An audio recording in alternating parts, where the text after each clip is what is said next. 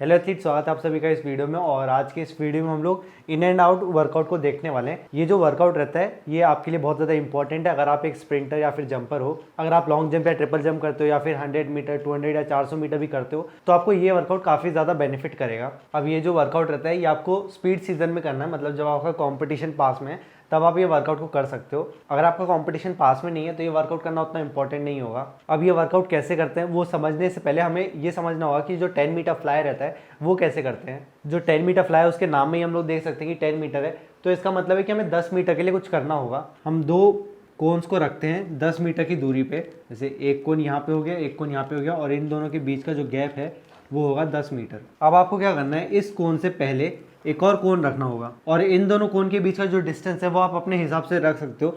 आप चाहे तो इसे 20 मीटर दूर रख सकते हो, 30 मीटर दूर रख सकते हो, या फिर 40 मीटर दूर भी रख सकते हो। इसका कुछ फिक्स नहीं है कि आपको ये कितना दूर रखना है, ये आप अपने हिसाब से रख सकते हो। लेकिन ये दो कोन्स 10 मीटर दूर ही रहेंगे। इसमें भी आप ज़्यादा रख सकते हो लेकिन वो फिर 20 मीटर फ्लाई हो जाएगा। कोशिश करना 10 मीटर ही रखने का। अब आपने ये 3 कोन को रख दिया।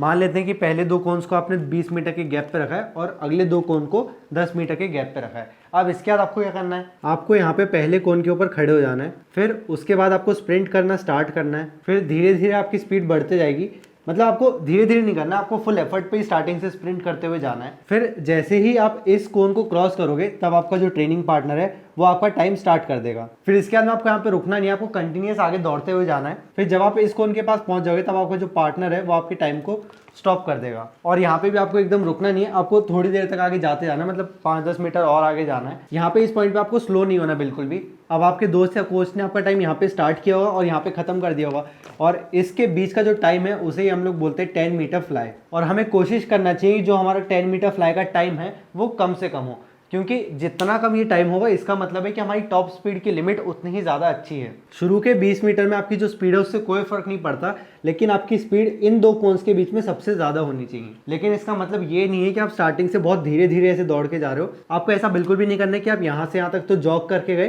फिर यहाँ से एकदम से स्प्रिंट करना स्टार्ट कर दिया। जब आप इस कोन पे पहुंचोगे उससे पहले ही आपको अपनी टॉप स्पीड पे पहुंच जाना है। अब ये 2 कोन के बीच में जो रनअप आपने यूज़ किया है या आप अपने एक्सपीरियंस लेवल के हिसाब से रख सकते हो। अगर कोई बिगिनर एथलीट है तो उसके लिए 20 मीटर काफ़ी होगा, लेकिन वहीं पे अगर कोई इंटरमीडिएट एथलीट है जिसको कुछ टाइम हो गया ट्रेनिंग करते हुए, 1-2 साल हो गए वर्कआउट करते हुए, तो वो 30 मीटर यूज़ कर सकता है। और अगर कोई एक एडवांस एथलीट है तो वो 40 मीटर भी यूज़ कर सकते हैं, क्योंकि जितना अच्छा आपका ट्रेनिंग का लेवल रहता है और जितनी ज़्यादा आपकी स्पीड रहती है आपको उतनी ही ज़्यादा लंबे रनअप की ज़रूरत पड़ती है अपने उस स्पीड पर पहुँचने के लिए। जैसे कोई 8-10 साल का बच्चा है, उसकी टॉप स्पीड बहुत ज़्यादा नहीं होगी।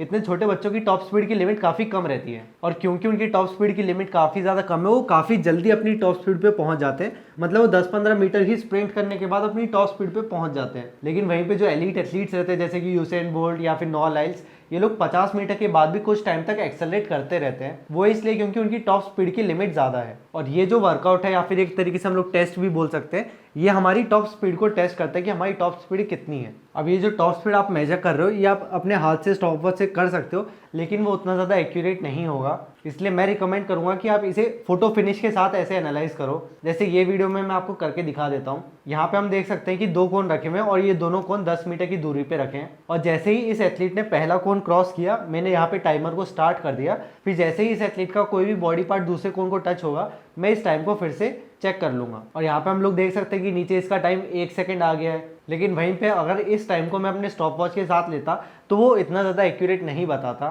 थोड़ी बहुत गलतियाँ हो ही जाती हैं इसमें। आई होप आपको 10 मीटर फ्लाई समझ में आ गया होगा कि ये किस तरीके से करते हैं। अभी जो 10 मीटर फ्लाई का 10 मीटर वाला पार्ट रहता है इसी को हम लोग इन वाला पार्ट बोलते हैं। यही होता है इन जोन। जो इन एंड आउट का वर्कआउट है उसमें जो इन वाला पार्ट है ना वो इसी को बोलते हैं। ये जो 10 मीटर है इसी को हम लोग इन बोलेंगे। अब ये 10 मीटर फ्लाई समझ गए तो फिर हम लोग इन एंड आउट को देख लेते हैं। अब जब हम इन एंड आउट करेंगे उसमें हमें सेम उसी तरीके से कोन को लगाना है। पहले के जो 2 कोन्स रहेंगे उनके बीच में हमें 30 मीटर का गैप रखना है। फिर उसके बाद में इस कोन के 10 मीटर आगे एक कोन रखना है, फिर इसके 10 मीटर आगे एक और कोन रहेगा और 10 मीटर आगे एक और कोन, और इसी तरीके से हमें 10-10 मीटर के गैप पे कोन्स को लगाना है। ये आप टोटल 100 मीटर तक कर सकते हो। यहाँ पे तो आई थिंक 90 मीटर तक हुआ होगा। अब यहाँ पे शुरू के जो 30 मीटर है इसमें आपको एक्सेलरेट करना है। अब एक्सेलरेशन का मतलब होता है कि हम हमारी टॉप स्पीड पे पहुंच रहे हैं, आपको फुल एफर्ट से शुरू से दौड़ते हुए जाना है। आपको स्टार्टिंग से ही पूरा एफर्ट लगा के दौड़ना है, जैसे कि आप 30 मीटर के रेपिटेशंस लगाते हो, या फिर इस तरीके से जैसे कि आप पूरा 100 मीटर दौड़ने वाले हो। आपको एनर्जी बचा के नहीं रखना है, पूरा एफर्ट शुरू से ही लगाना है। अब ये कोन आपने रखे हैं तो आपको कोन के ऊपर भी ध्यान देते रहना है। जैसे ही आप पहले कोन पे पहुंच जाओगे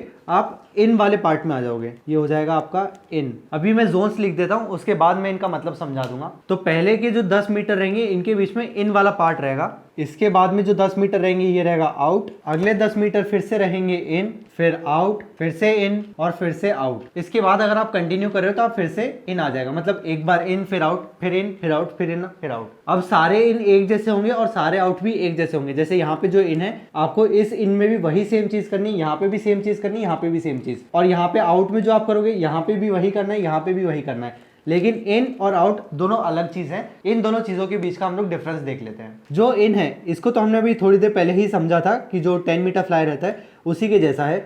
ये होगा आपका 10 मीटर फ्लाई। 10 मीटर फ्लाई में हमें क्या करना होता है, 10 मीटर को अपनी टॉप स्पीड पे दौड़ना है। आपको कोशिश करना है कि आप इस कोन से इस कोन तक जितना जल्दी हो सके उतना जल्दी पहुंच जाओ। इस पार्ट में आपको अपना फुल एफर्ट लगाना है और आपकी जो स्पीड है वो भी टॉप रहेगी, मतलब आपकी टॉप स्पीड पे दौड़ोगे आप। अब इसके बाद में जो आउट वाला पार्ट है ये क्या होगा, ये होगा आपका रिलैक्स्ड। इसमें आपको क्या करना है, आपको कम एफर्ट लगाना है, लेस एफर्ट लगाना है आपको इसमें, लेकिन आपकी जो टॉप स्पीड है वो टॉप स्पीड मेंटेन रहेगी। आपको टॉप स्पीड कम नहीं करना है। जो इन वाला पार्ट है उसमें आपको अपना पूरा एफर्ट लगाना है, फुल स्पीड पे दौड़ना है, और जो आउट वाला पार्ट है उसमें आपको एफर्ट कम लगाना है लेकिन आपकी स्पीड कम नहीं होनी चाहिए। जो आपका स्लो फास्ट वर्कआउट होता है ना, आपने बहुत बार देखा होगा एक इस टाइप का वर्कआउट होता है स्लो फास्ट। ये स्लो फास्ट नहीं है। स्लो फास्ट में हम लोग देख सकते हैं ना कि एक तो फास्ट है और एक स्लो है।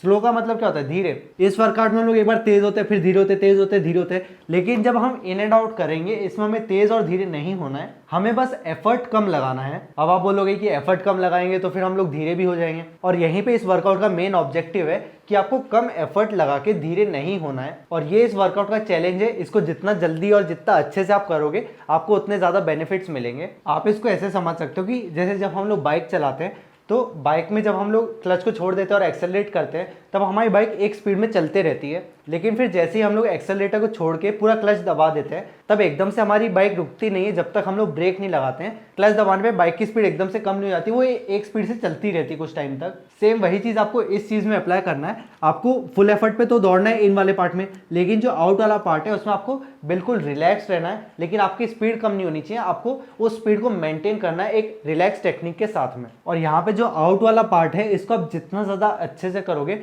आप उतनी ही ज़्यादा अच्छी टेक्निक सीख पाओगे। और इस चीज़ के बहुत सारे बेनिफिट्स हैं। अगर आप एक स्प्रिंटर हो तो फिर आप लास्ट में जाके स्लो नहीं होगे, क्योंकि आपको पता है कम एफर्ट पे अपनी स्पीड को मेंटेन कैसे किया जाता है। वहीं पे अगर आप एक लॉन्ग जंपर या ट्रिपल जंपर हो तो फिर आप काफ़ी ज़्यादा रिलैक्स रह के अपना रन अप यूज़ कर पाओगे। बहुत सारे एथलीट्स टेक ऑफ बोर्ड के पास में आके काफ़ी ज़्यादा एफर्ट लगाने लगते हैं, मतलब वो शोल्डर्स को भी टाइट कर लेते हैं, पूरी जान लगाने लगते हैं। लेकिन हमें कोशिश करनी है कि हम लोग एक रिलैक्स टेक्निक के साथ में टेक ऑफ बोर्ड को अप्रोच करें। अब ये जो वर्कआउट है आपको कितना करना है, आप इसी तरीके से 100 मीटर तक ही लगा सकते हो और इसके 5-6 रेपिटेशंस आराम से कर सकते हो। लेकिन आपको कोशिश करना है कि आप हर रैप के बीच में एक अच्छा खासा रेस्ट लो, मतलब 5-6 मिनट का आपको रेस्ट लेना है। आपको ये नहीं करना है कि आप इस चीज़ को बहुत ज़्यादा कर रहे हो, बार बार कर रहे हो, उससे आपको उतना बेनिफिट नहीं मिलेगा। आप इसे भले आराम आराम से करो, लेकिन आपको अपने हर एक रैप को अच्छे से फोकस के साथ करना है। जब आप पहली बार 1-2 सेशन ये करोगे तब आप ये आउट वाले पार्ट में स्लो होने लगोगे, लेकिन आपको स्लो नहीं होना है, वो धीरे धीरे आपकी बॉडी अडेप्ट हो जाएगी। बस आपको अपने दिमाग में ये चीज़ रखनी है कि जब आप आउट वाले जोन में रहोगे तब आपको बिल्कुल रिलैक्स रहना है और अपनी स्पीड को कम नहीं होने देना है। ये जो वर्कआउट है ये आपको एक अच्छी टेक्निक को लंबे टाइम तक मेंटेन करना भी सिखाएगा, और ये चीज़ काफ़ी ज़्यादा इंपॉर्टेंट रहती है, क्योंकि अभी जो वर्ल्ड एथलेटिक्स चैंपियनशिप चल रही है उसमें वुमेन्स के 100 मीटर में जो शेरिका जैक्सन है और शेली एन फ्रेजर है, ये दोनों एथलीट्स आगे थी, और जो शकेरी रिचर्डसन है वो 3rd नंबर पे थी। लेकिन फिर भी शकेरी रिचर्डसन ने अपनी टेक्निक को ज़्यादा टाइम तक मेंटेन करके रखा और रेस में फर्स्ट आके गोल्ड मेडल को जीता था। अब उन्होंने अपनी टेक्निक को अच्छे से कैसे मेंटेन करा वो जानने के लिए आप ये साइड वाला वीडियो देख सकते हो। अब हम अगले वीडियो में मिलेंगे, तब तक के लिए बाय बाय और आपके ट्रेनिंग के लिए ऑल द बेस्ट।